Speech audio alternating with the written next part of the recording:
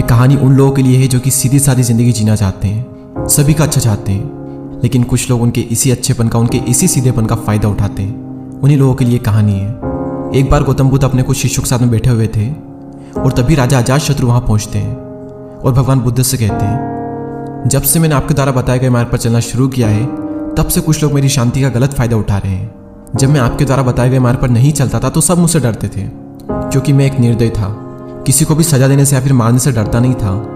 लेकिन जब से मैं आपका अनुयायी बना हूँ, किसी पर गुस्सा नहीं करता हूँ। मैं एक बहुत ही शांत इंसान बन गया हूँ, हर इंसान को दया की भावना से देखता हूँ। लेकिन कुछ लोग मेरी इसी शांति का फ़ायदा उठा रहे हैं और भगवान, इससे तो मेरा राज्य खतरे में पड़ सकता है, बल्कि खतरे में पड़ रहा है और इसकी वजह से मुझे कई सारी समस्याओं का सामना करना पड़ रहा है। तो अब ऐसे में आप ही बताइए कि मैं करूँ तो करूँ क्या।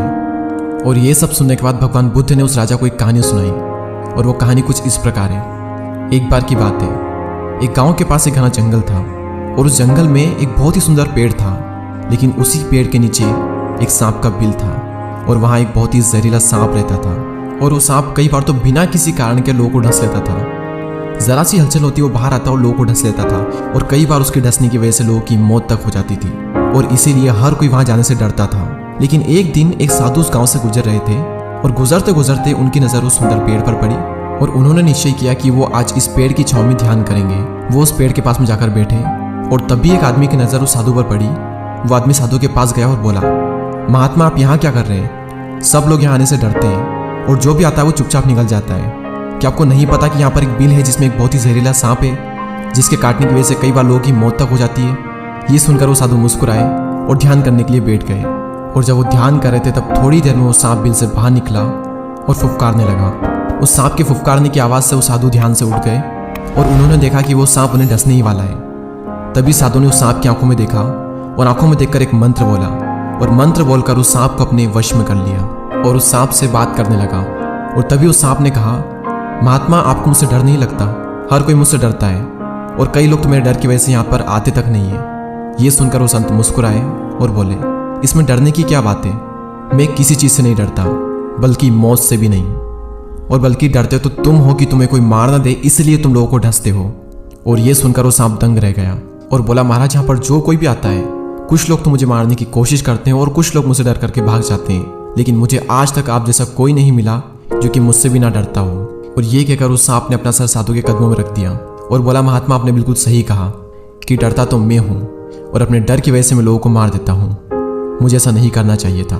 तभी साधु ने कहा कि तुमने बिल्कुल सही कहा, लेकिन जीवन तो एक दिन समाप्त तो होना ही है, इसलिए इसे बचाने के लिए दूसरों को मारना सही नहीं है। अपने जीवन की इस मोह को छोड़ दो और दूसरों के लिए प्यार से भर जाओ। और इतना कहकर वो साधु वहाँ से चले गए। लेकिन उस साधु की बातों से वो सांप बहुत ज़्यादा प्रभावित हुआ और उसने फैसला किया कि आज से वो किसी को भी नहीं डसेगा, अपने क्रोधी स्वभाव को भी त्याग देगा और दूसरों को काटना भी बंद कर देगा। लेकिन इस सब का नतीजा जो था वो बिल्कुल उल्टा निकला। जब लोगों को पता चला कि वो सांप अब किसी को भी नहीं काटता है, किसी को भी नहीं डसता है, तो लोग उसका गलत फायदा उठाने लगे। जो भी लोग उसे डरते थे, जो उससे दूर भागते थे, वो उसे पकड़ने लगे। लोग उसे खरोचते, उसे चोट पहुंचाते और कुछ लोग तो उसे पकड़ करके पेड़ पर पटकने लगे। और इस सब की वजह से वो सांप हमेशा घायल या चोटिल ही रहता। वो अपनी जिंदगी से बहुत दुखी था और वो अपने जीवन के सबसे कठिन दौर से गुजर रहा था। लेकिन एक दिन फिर से वो साधु उस गाँव में आया और उसी पेड़ के नीचे ध्यान करने के लिए बैठ गया और तभी उसकी नज़र उस सांप पर पड़ी और उस सांप को इतनी बुरी हालत में देखकर वो हैरान हो गए। उन्होंने उससे पूछा, दोस्त तुम्हारी इतनी बुरी हालत किसने की? किसने चोट पहुंचाई तुम्हें? और तभी उस सांप ने कहा कि हे महात्मा, आपने मुझे अपने क्रोधी स्वभाव को त्यागने और दूसरों को काटने के लिए नहीं कहा था, और जब से मैंने अपने क्रोधी स्वभाव को त्याग कर शांति को अपनाया है, तब से कुछ लोग मेरा गलत फायदा उठाते हैं। अब कोई मुझसे नहीं डरता और कई लोग मेरी इसी शांति का गलत फायदा उठा रहे हैं और इसीलिए मेरी जिंदगी बहुत कठिन हो चुकी है और शायद अब कुछ दिनों बाद मैं मर भी जाऊँ। और ये सब सुनने के बाद में साधु बोले, दोस्त मुझे ऐसा लगता है कि तुमने मेरे उपदेश का गलत अर्थ निकाल लिया है। मेरे कहने का मतलब था कि बेवजह दूसरों को मत काटो, लेकिन अपनी आत्मरक्षा के लिए मैंने तुम्हें फुफकारने से मना नहीं किया था। और ये पूरी कहानी सुनाने के बाद में भगवान बुद्ध ने अजातशत्रु से पूछा, तो क्या समझे इस कहानी से? शायद तुम भी मेरे उपदेश को उस सांप की तरह गलत तरीके से ले रहे हो। मैंने तुमसे कहा था कि तुम अपने क्रूर स्वभाव को त्यागो, लेकिन अपने राजा के कर्तव्य को मत छोड़ो। तुम्हें बाहर से कठोर होकर एक राजा का कर्तव्य निभाना है ताकि तुम अपने राज्य में सभी को अनुशासित कर सको। तुम्हें सख्त होकर अपने राज्य की न्याय प्रक्रिया को कायम रखना है ताकि सभी लोग शांति से रह सके और उन्हें किसी भी प्रकार की असुरक्षा का अनुभव ना हो। इसीलिए तुम्हें अंदर से एक साधु की तरह और बाहर से एक राजा की तरह शासन करना होगा। अगर आप भी अपने आसपास देखोगे या फिर आपने खुद भी ये बात देखी होगी कि लोग आपकी अच्छाई का फायदा उठाते हैं, या फिर अगर कोई सीधा या फिर अगर कोई अच्छा है तो लोग उसके सीधेपन या फिर अच्छेपन का फ़ायदा उठाते हैं और इसी वजह से लोगों को कई सारी प्रॉब्लम को फेस करना पड़ता है और फिर उन्हें ये लगता है कि यार हमने सबका भला चाहा लेकिन मेरे साथ ही बुरा क्यों हो रहा है, अच्छे लोगों के साथ ही बुरा क्यों होता है।